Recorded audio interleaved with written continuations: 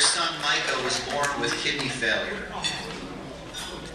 As you probably know, they've since become passionate spokespeople representing families touched by kidney disease, and we're honored to have Reed here with us today.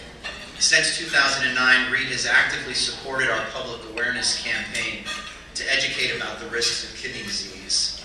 He knows that unlike his son's situation, many in our community actually can prevent kidney disease and keep it from progressing to kidney failure. Here's one of the public service announcements that Reed recorded for the foundation, if you look at the screen.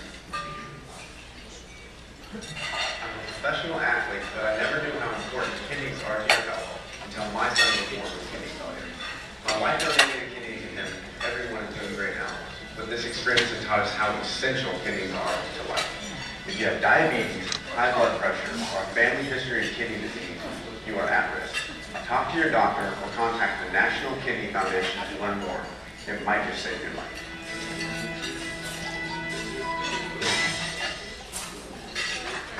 Thanks for that, Reed.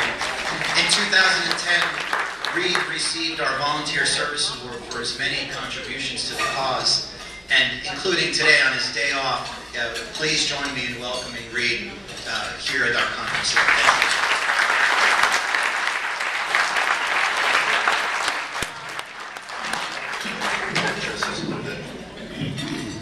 Make sure everybody can hear me good and I'm not punching over.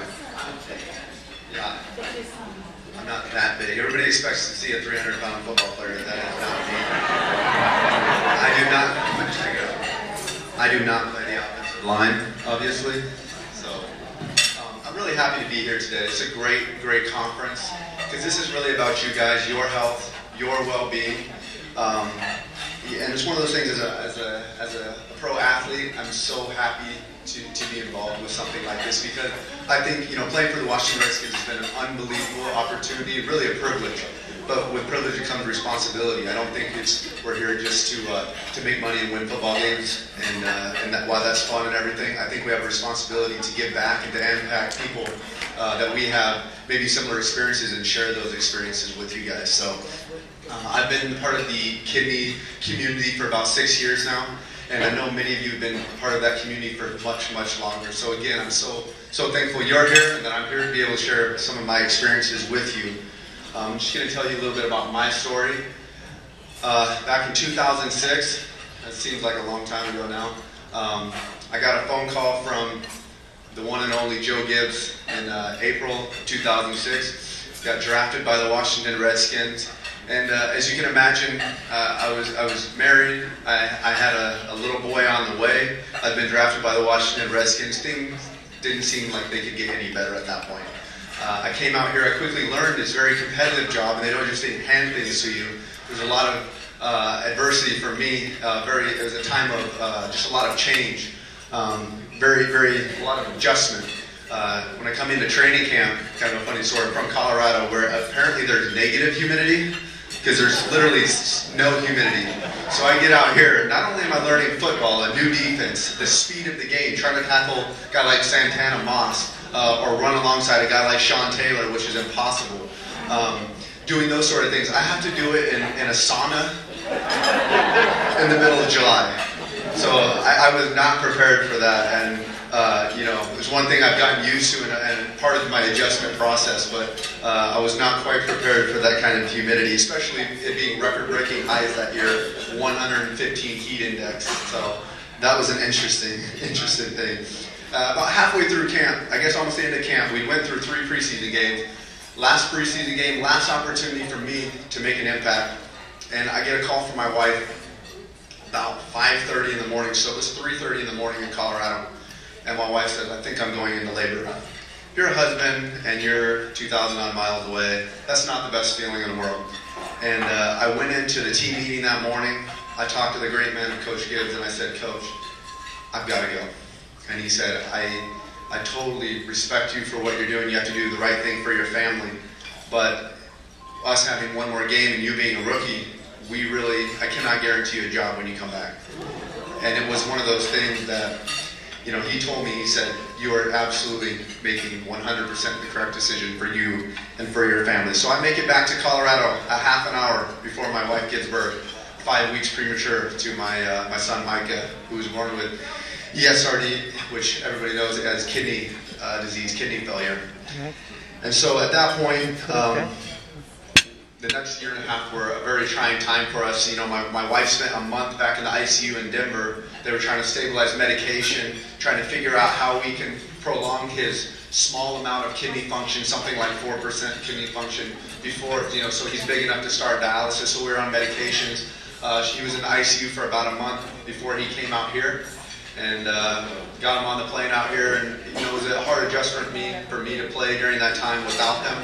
But we got him out here, got him on the right medications, and I don't know how many of you've experienced the medications. I don't know if you've experienced the medications with an 8-month-old. You can't say, take your medications or I'm going to take away your video games. That doesn't work. Or take your medications and then explain the process of why he needs to take his medication. 8 months doesn't work. So you have the milk bottle and then you take the top off and you give him some milk and you put some medicine and try to get him to drink it. Do one of those little dances and try to get him to take the medication.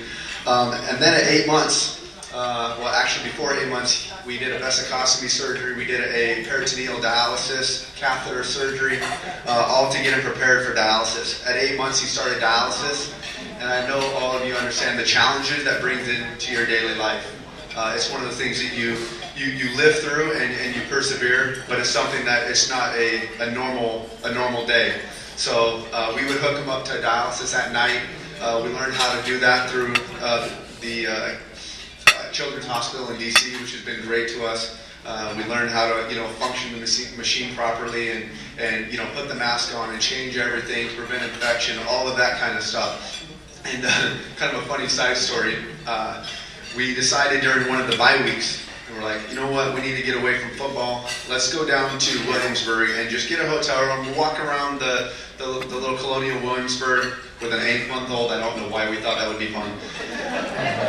And so with dialysis, he also had reflux. So here we have this spit-up-prone baby on dialysis in Williamsburg, trying to sleep in a hotel room, trying to watch a movie. The dialysis machine keeps beeping and going off because it's not draining properly, and it's hot out, and we go to get dinner, and he decides that at that point the reflux was going to come to fruition, and throw up everywhere, so we get the dinner to go. And so I understand the challenges of dialysis, of just taking you out of your normal day-to-day life.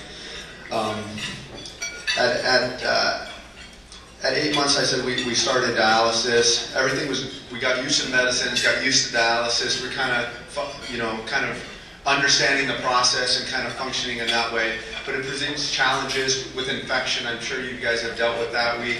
My wife has, that year, my rookie year, she watched one game. She came to one game. And we decided we'll let some friends. We showed them how to hook up the machine. They were great friends of ours. We trusted them. We went to the game. We come home. And to none of their fault of their own, there was a hole in the dialysis catheter. So at 10:30 at night, after a football game, I obviously was a little bit tired, a little bit sore.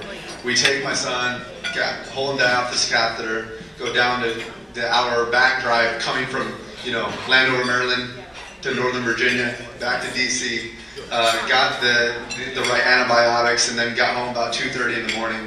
And I can't remember, that's the funny thing about life, I don't remember if we won or lost, but I remember that experience with my son.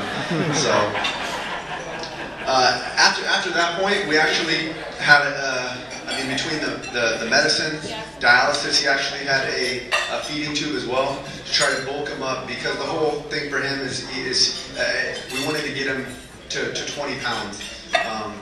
And while he was on dialysis, he just wasn't as hungry. And all that, so we started to supplement that with the feeding tube. And at 18 months, they said he's ready. And with a lot of pride, I get to tell you this amazing part of the story. At 18 months, my son Micah got a life-saving kidney donation from my wife Katie.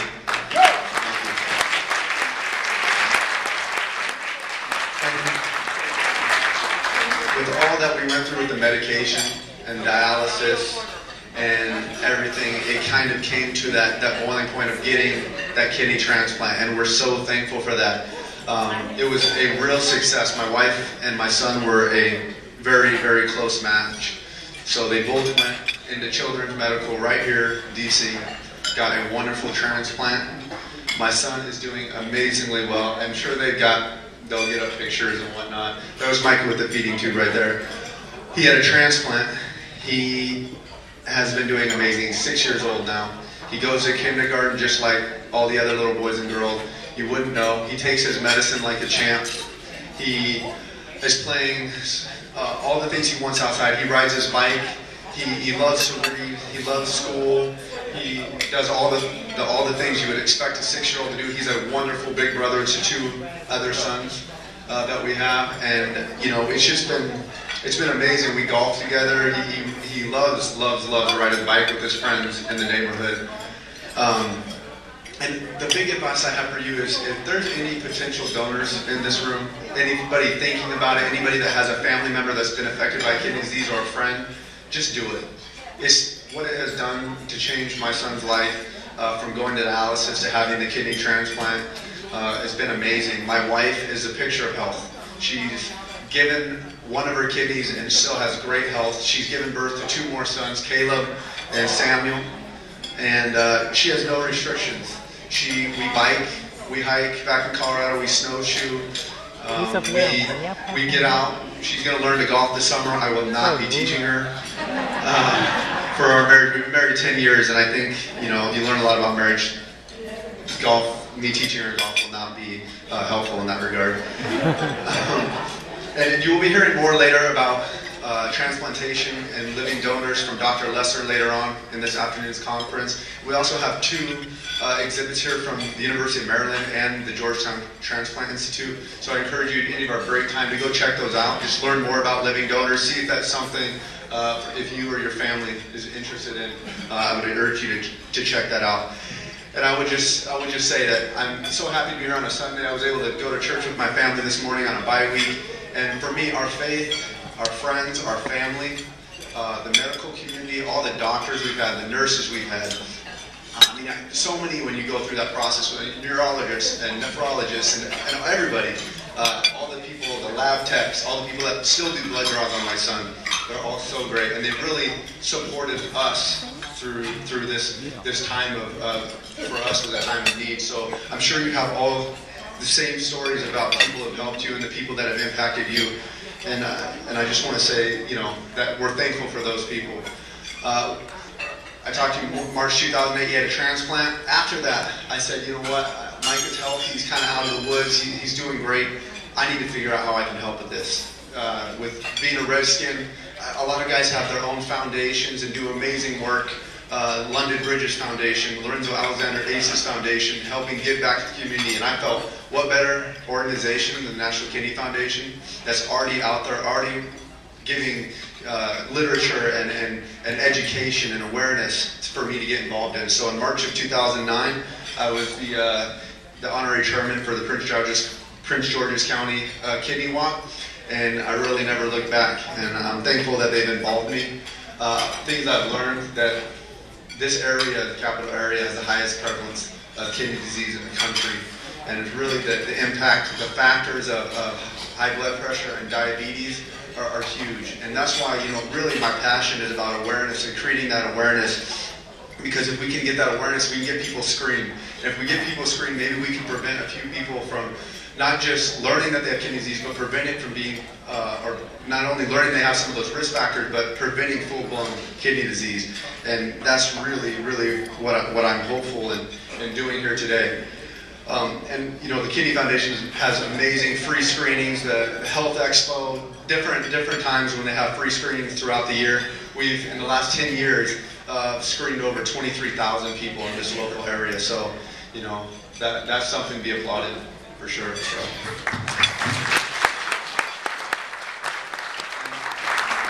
As a spokesman for the Love Your Kidneys campaign, I've been able to meet young and old patients. It's been wonderful to meet people from all walks of life, to meet people from every genre, every different communities. It's really been special for me.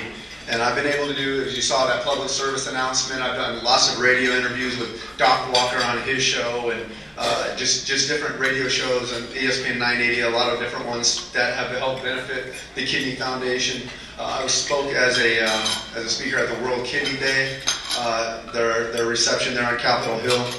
We have the DC 101 chili cook-off every year. I've judged a lot of chili, eaten some really good chili in the process, heard some good bands, huge fundraiser, one of the biggest fundraisers in the country for a charity of that magnitude. All the golf, I'm sure that many people have had to duck their head when I'm out there, but we've raised a lot of money through the golf tournaments as well.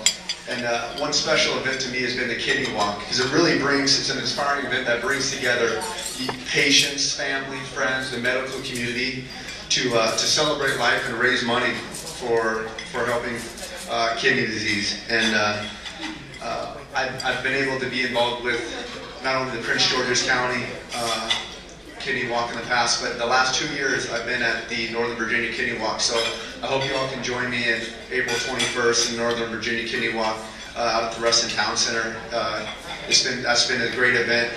I want to tell you one quick story that I forgot about, because I know you'll appreciate this.